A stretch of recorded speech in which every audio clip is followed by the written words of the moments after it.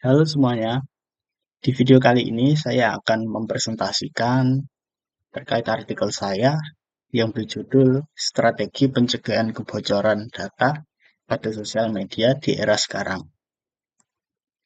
Baiklah, saya tampilkan dulu. Abstrak dari penelitian ini yaitu privasi dan keamanan data menjadi isu krusial dalam penggunaan media sosial saat ini. Fokus dari penelitian ini adalah mengetahui dampak negatif yang timbul serta strategi pencegahan yang dapat dilakukan. Penelitian ini bertujuan untuk menganalisis bentuk perlindungan data pribadi di media sosial dan implementasi perlindungan data pribadi di media sosial. Adapun permasalahan yang diangkat terkait maraknya kasus kebocoran data pribadi di media sosial. Metode penelitian yang digunakan merupakan jenis penelitian lapangan dan penulis melakukan penelitian kasus-kasus pelanggaran privasi dan keamanan data yang terjadi di berbagai platform media sosial.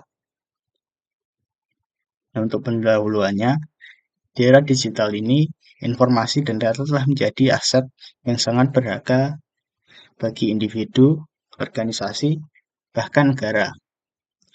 Penggunaan teknologi informasi dan komunikasi yang luas telah membuka peluang bagi berbagai risiko, termasuk kebocoran data.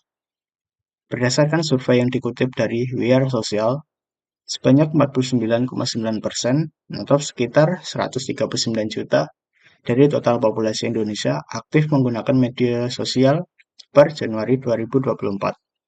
Serta untuk tambahan info, berikut ini data pengguna media sosial tahun 2024 menurut databox.katadata.go.id.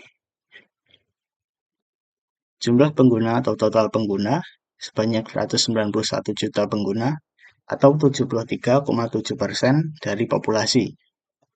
Pengguna aktif 167 juta pengguna atau 64,3% dari populasi. Penetrasi internet 242 juta pengguna atau 93,4% dari populasi. Platform media sosial terpopuler yang pertama YouTube dengan 139 juta pengguna atau 53,8% dari populasi. Yang kedua Instagram dengan 122 juta pengguna. Yang ketiga Facebook dengan 118 juta pengguna. Yang keempat WhatsApp dengan 116 juta pengguna atau 45,2% dari populasi. Dan di urutan terakhir ada TikTok dengan 89 juta pengguna. Metode penelitian ini menggunakan pendekatan kualitatif untuk memahami secara mendalam mengenai privasi dan keamanan data pribadi pada media sosial dengan menggunakan metode eksploratif. Dengan fokus pada analis kebocoran data media sosial, data dikumpulkan melalui studi literatur dan analisis konten. Dalam penelitian ini, data dikumpulkan dari sumber berita yang sebagai data sekunder dan peneliti memilih berita yang relevan dan kredibel sesuai dengan topik penelitian mengenai kebocoran data pribadi di media sosial. Pendekatan ini bertujuan untuk memahami fenomena secara mendalam dengan menggunakan sumber data yang sudah ada sebagai dasar analisis. Dan di next slide, tujuan dari penelitian ini adalah untuk menganalisis cara-cara melindungi data pribadi di media sosial dan implementasi perlindungan data pribadi di media sosial. Nah, untuk hasil penelitian, yang pertama didapat dampak buruk penggunaan metode medsos terhadap privasi dan keamanan data. Pertumbuhan internet yang pesat memiliki dampak negatif terhadap privasi dan keamanan data di dunia maya. Masalah ini sering dihadapi oleh pengguna internet secara keseluruhan, salah satunya media sosial. Kebocoran data pribadi atau informasi sensitif yang tidak disengaja dapat berdampak negatif seperti eksploitasi akun, spam, atau kerugian material. Yang kedua, penyalahgunaan data pribadi. Penyalahgunaan data pribadi dari kebocoran data media sosial adalah masalah serius di era digital karena media sosial menjadi salah satu sumber utama kebocoran data secara tidak sadar. Kebocoran data ini berisi informasi sensitif pengguna.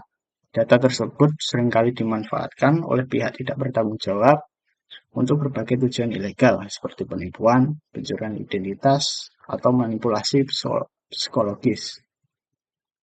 Kebocoran data di media sosial biasanya terjadi karena berbagai alasan, termasuk lemahnya pengaturan privasi pengguna, serangan cyber terhadap platform media sosial, atau praktik phishing. Dampak dari kebocoran ini dapat disalahgunakan untuk berbagai kejahatan, seperti yang tertulis di bawah itu.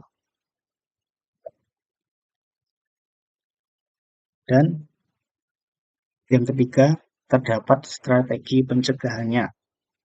Berdasarkan topik permasalahan yang dibahas, perlu untuk mengetahui strategi pencegahan dalam melindungi privasi dan keamanan data menggunakan media sosial, yaitu yang pertama, penggunaan password yang kuat dengan mengkombinasikan huruf besar, huruf kecil, angka, dan simbol, serta melakukan penggantian secara berkala. Yang kedua, mengatur batas terkait postingan. Siapa saja yang dapat melihat informasi dan membatasi akses pihak ketiga ke data pengguna. Yang ketiga, berhati-hatilah dalam memberikan informasi pribadi yang bersifat sensitif, seperti tanggal lahir, alamat, nama ibu kandung, dan lain-lain. Dan yang keempat, membaca syarat dan ketentuan dengan teliti sebelum menyetujui terkait informasi yang dibagikan. Nomor kelima, meningkatkan kesadaran dan mengedukasi pengguna terkait pentingnya privasi dan keamanan data. Yang keenam, memantau aktivitas dan riwayat akun jika terjadi aktivitas yang mencurigakan atau akses yang tidak sah. Yang ketujuh, menggunakan aplikasi resmi dan terpercaya. Jangan menggunakan aplikasi tidak resmi yang disebut cracked application maupun aplikasi yang telah dimodifikasi. Dan yang kedelapan, selalu waspada dalam mengklik tautan link dan mendownload file pada sosial media. Dengan menerapkan strategi pencegahan ini, pengguna media sosial diharapkan dapat meningkatkan keamanan dan juga privasi dari data mereka, sehingga meminimalisir terjadinya kasus kebocoran data. Ya, di kesimpulan ini, dari penelitian ini, keamanan data pribadi dalam penggunaan media sosial menjadi isu yang semakin penting mengingat tingginya risiko kebocoran data.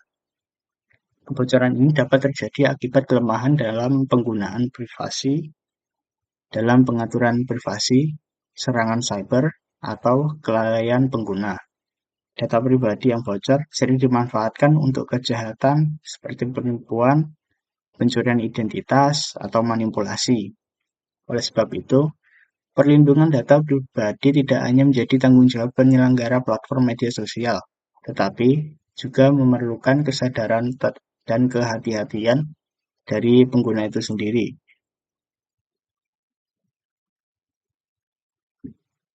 Baiklah, saya rasa saya cukupkan untuk presentasi materi saya pada kali ini.